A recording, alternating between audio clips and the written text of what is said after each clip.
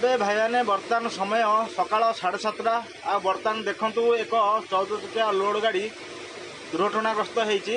ଏକ ଫୁଟପାଥ ଉପରକୁ ଚଢ଼ି ଯାଇଛି। ଆମର ଭାରତରେ ସମସ୍ତ ସହରାଞ୍ଚଳ ଗୁଡ଼ିକରେ नो एंट्री थाए आ से नो एंट्री भितर ड्राइवर पहुँचा ପାଇଁ ଚେଷ୍ଟା କରିଥାଏ।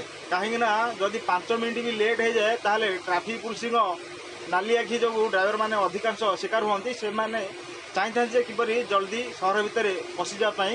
ଆଉ ସେହି କାରଣରୁ ଭାଇମାନେ ଦେଖନ୍ତୁ ଗୋଟେ 14 ଚକିଆ ଗାଡ଼ି କିପରି ଦୁର୍ଘଟଣାଗ୍ରସ୍ତ ହେଇଛି। ଦେଖନ୍ତୁ ଫ୍ରଣ୍ଟ ସ୍କ୍ରିନ୍ଟା ପୁରା ଛିଡ଼ିକି ଯାଇକି ପଶି ଯାଇଛି ତଳେ। ମୁଁ ବାଁ ପଟ ସାଇଡ଼୍କି ଦେଖାଉଛି। ଦେଖନ୍ତୁ ପ୍ରଥମେ ବାମ ପଟ ସାଇଡ଼୍ ଚଢ଼ିଥିଲା ଆଉ ଜଲ୍ଦି ପହଞ୍ଚିବା କାରଣରୁ ଭାଇମାନେ ଦୁର୍ଘଟଣାଟି ହେଇଛି।